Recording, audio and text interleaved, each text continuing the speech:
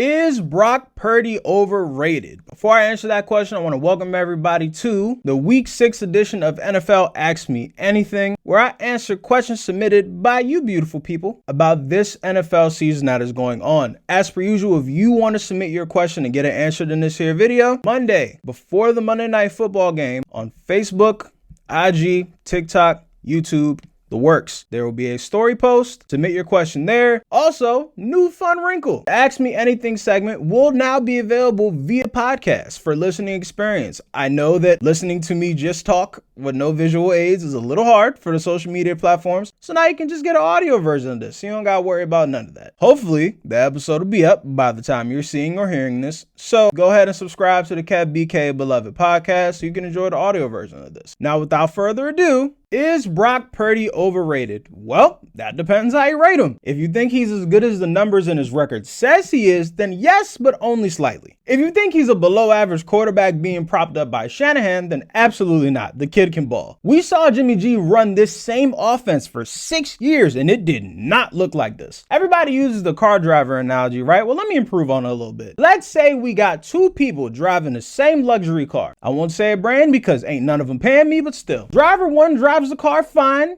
hits 80 miles an hour, maybe gets into a wreck or two over the course of his time, to be expected. Then driver two gets in that bitch and hits 100 miles an hour and only gets a speeding ticket. Driver two is Brock Purdy. Although the car is still incredible, we gotta give the driver some credit, right? He's not a Mahomes, Burrow, Lamar level player, but he hasn't even started 16 games yet. He's only gonna get better. I know he lost this week, but let's add some context. The Browns are on pace to be a historically great defense and they've made everyone but Lamar Jackson look that bad. Top two weapons in your future Hall of Fame left tackle all get hurt in the same game, in the rain, and you still get your team in position to kick a 41-yard field goal to win the game, which could and should have been closer if Kyle Shanahan didn't waste almost 40 seconds between plays. Side note, whenever y'all are ready to talk about Shanahan's late games fuck-ups repeatedly, I'll be here waiting. But back to Purdy. I'm not here to tell you he wasn't that bad on Sunday. He was terrible. There's no way around it. But he'll be fine. He's still who we thought he was. A good quarterback in a great system with great weapons. Maybe one day he'll be an elite quarterback. Who knows? But right now he doesn't have to be to win a Super Bowl. And that's all that matters. Thank you for your question. Who is the best and worst team in the NFL? The best team is still the Niners. Like I said, they lost to a historically great defense. They'll be fine. Worst team has to be the Panthers. Not only are they winless, but the same dysfunction we were ripping the Bears for, the Panthers are going through it right now too. Minus the facility getting robbed as far as I know, but still. Only reason it hasn't been covered the same because Charlotte is not the same level of media market as Chicago is, but it is imploding down there. And to make matters worse, they don't even have their first round pick this year to be worth tanking for, so they're just fucked.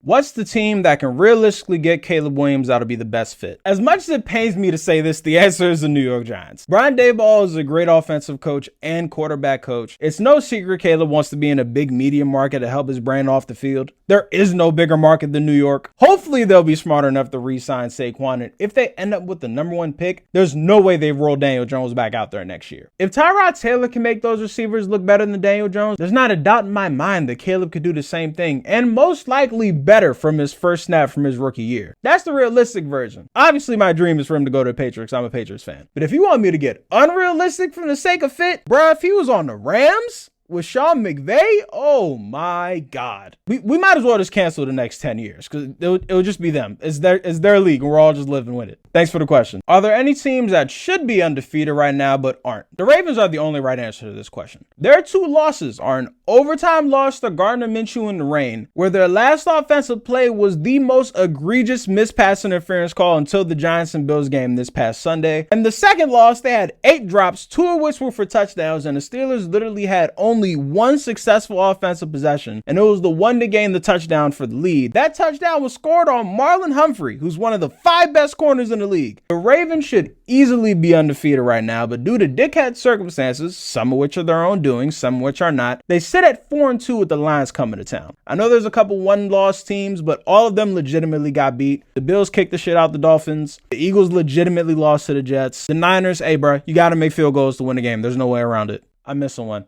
And the Lions, hey bruh, don't lose an overtime at home. It should be that simple. Thank you for the question. Which two teams are going to the Super Bowl? Before the season, I picked Eagles versus Ravens and/or Chiefs. I couldn't pick between those two because they're basically the same team in different fonts. All-world quarterback, subpar receivers outside of a star tight end, defense performing way better than any of us expected. The only reason their records look different is because the Ravens are implementing a new offense and the Chiefs are running the same offense from one of the greatest offensive minds the game has ever seen. I still feel pretty good about the predictions. People are making a big deal of the Eagles having all these sloppy wins and obviously losing to the Jets, and all of a sudden the sky is falling, but they're going to improve throughout the season. They'll be fine. They needed the kick in the head a little bit to kind of get shit straightened out. So to make a little long answer short, I still like the Eagles versus the Ravens/Chiefs. If I had to pick between the Ravens and the Chiefs, obviously you go Kansas City. Thanks for the question. Who can slide into the 7th seed on the AFC or NFC side? I will do you one better and I'll give you one of each. AFC, I really like the Texans, man. Before the season, I thought their season was a dud. 4 wins, 6 at the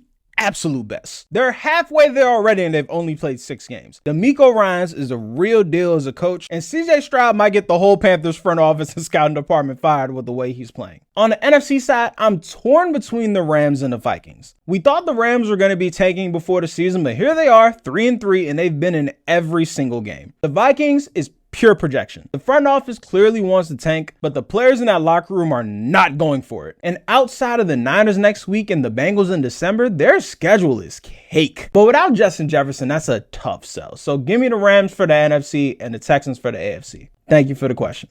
And the Seahawks win the division. I picked them before the season start because I was skeptical about Purdy, simply because of the sample size, and elbow injuries on quarterbacks that already don't have great arm strength usually isn't a good sign. Plus, I really liked how Seattle improved over the offseason outside of not buffering their pass rush at all. But here's the current issue outside of the Niners probably being the 2017 Warriors. The Seahawks have a brutal remaining schedule. Browns, Ravens, Cowboys, Eagles, and obviously they have to play the Niners twice. And the games I left off aren't gimmies either. With that remaining schedule, you cannot lose that game to the Bengals the way they did. Multiple red zone trips to leave without points, keeping the Bengals to only a field goal in the second half, and you still lose. No shot they can win this division. No shot at all. Definitely make the playoffs, but I can't see them having a better record than the Niners. No chance.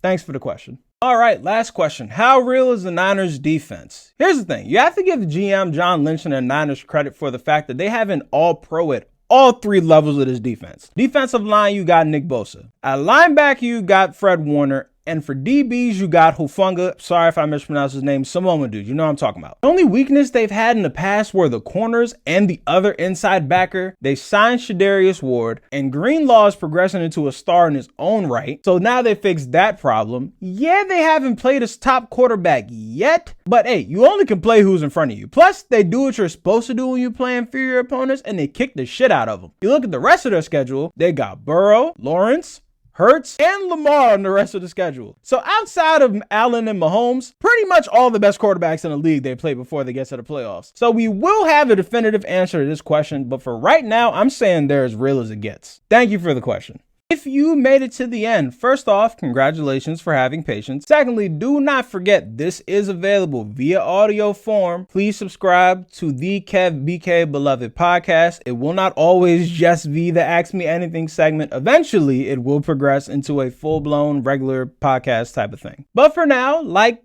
follow, subscribe, and do all that fun stuff. And until I see you next time.